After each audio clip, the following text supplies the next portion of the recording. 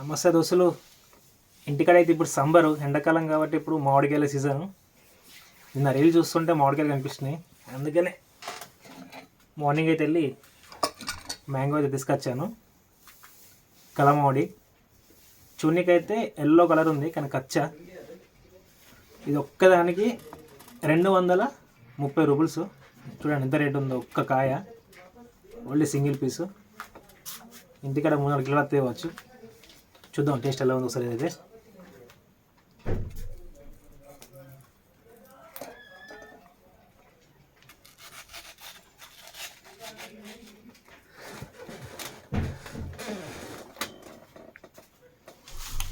yellow మొత్తం